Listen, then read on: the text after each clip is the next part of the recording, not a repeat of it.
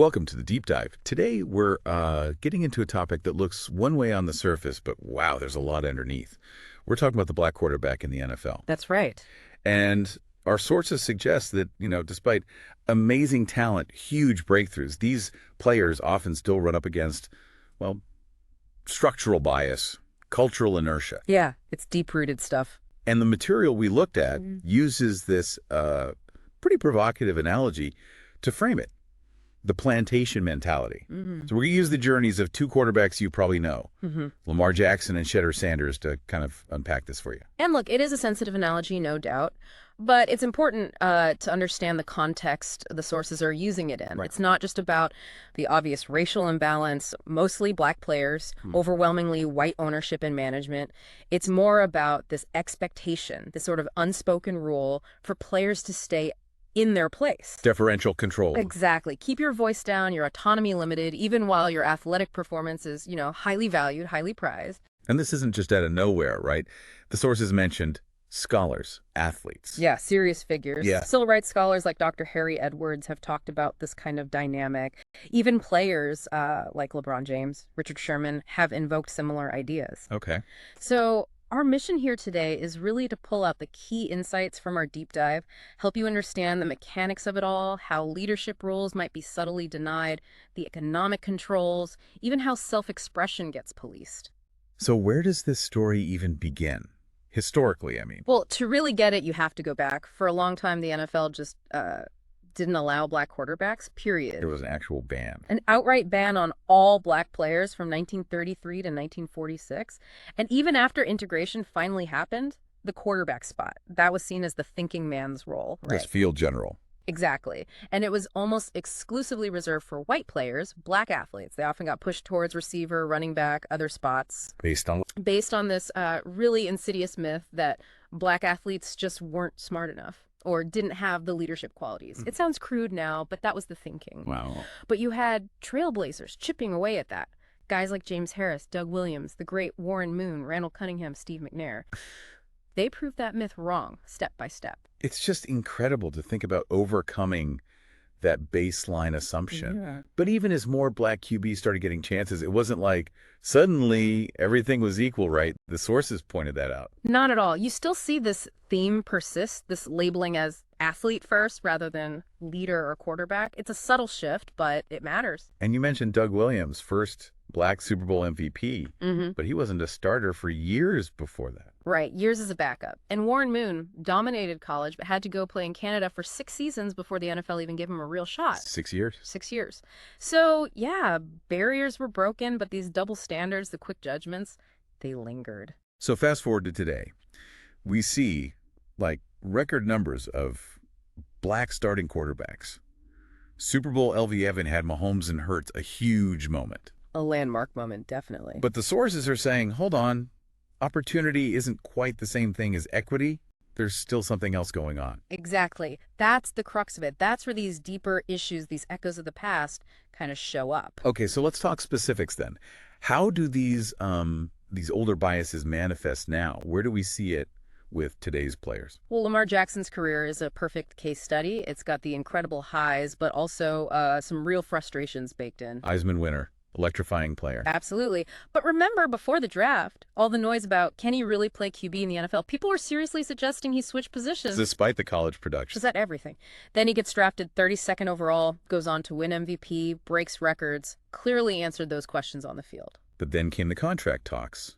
And that seemed to be where things got complicated. Very complicated. You saw his situation constantly compared to Deshaun Watson getting that massive, fully guaranteed $230 million deal. And Lamar, an MVP, was trying to get something similar. And he got stonewalled, just completely stonewalled. It fueled all the speculation, didn't it? About an unwritten rule among owners, maybe specifically about fully guaranteed deals for black quarterbacks. Which led to those collusion accusations from the players' union. From critics. Exactly. And what's really telling, I think, is not just that it was a tough negotiation. It felt like more than that. It felt like when a black QB like Lamar tried to set a new precedent financially or in terms of control, the entire market just Froze. Like a coordinated freeze. Well, that's what the critics argued. It suggests this resistance, maybe, to letting black quarterbacks gain that kind of major financial power, that kind of precedent-setting leverage. It could shift the whole dynamic. And the media plays a role in shaping this narrative, too. Oh, absolutely. The sources we looked at really detailed this.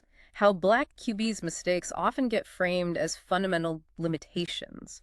Their intelligence, their composure under pressure, scrutinized much more intensely, it seems, than for white QBs. You see that with Lamar, right? When the playoff struggles happened, the narrative wasn't just about needing to execute better. It shifted to questions about his leadership or ability to read defenses. Precisely. And those often feel like coded ways of falling back on those old racialized assumptions about intelligence and leadership capacity. Okay, so that's Lamar.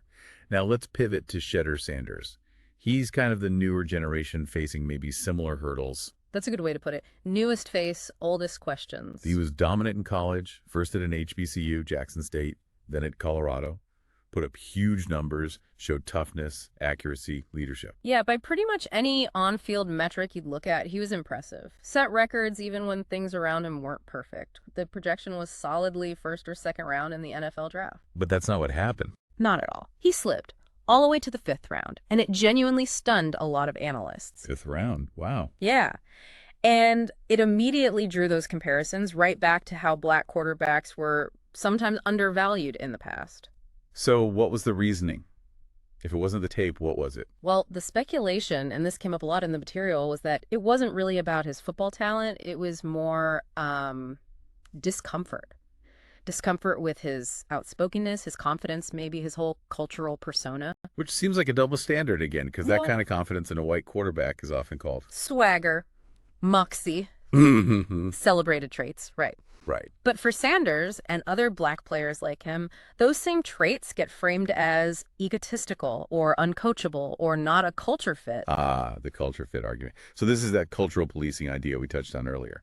Exactly that. It's where confidence, self-expression, even just being authentically yourself gets scrutinized if you're a black player in ways often doesn't for white players. There's this implicit pressure to conform, to be less threatening, maybe? Less threatening to whom? Well, the sources suggest it's about threatening the established norms, the comfort level of the largely white power structure, the coaches, the front offices, the media networks. Networks that are still predominantly Older, Right. mostly white, yeah. And they might still view leadership through a very specific, often white lens.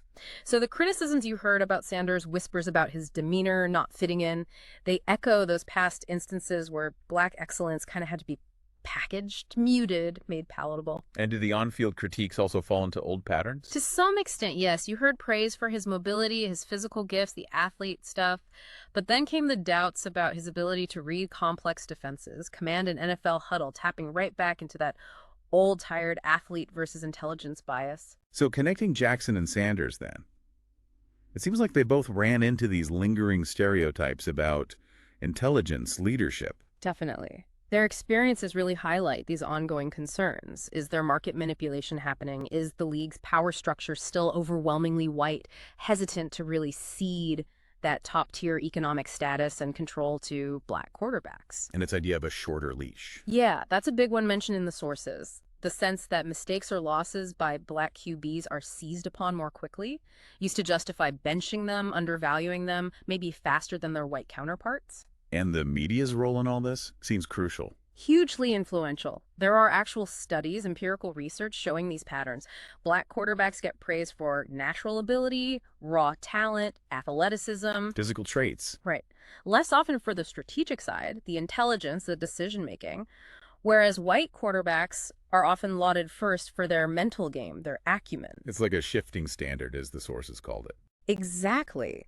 Success for black QBs, often attributed to their physical gifts, struggles, blamed on supposed cognitive limits or leadership flaws. It creates this narrative loop. And that narrative influences everyone, right? Fans, executives, scouts. Even the athletes themselves, potentially. It becomes this self-reinforcing cycle. It can lead to fewer genuine opportunities at QB, more pressure to switch positions, just like in the old days.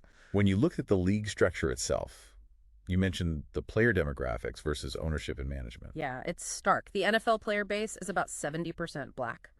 But as of now, mid-2025, still zero black majority owners. Very few black head coaches or general managers relative to the player pool. So the people making the biggest decisions often don't reflect the workforce. Largely, no. And that No. means players, especially black players, have limited formal power, limited input on the really crucial issues.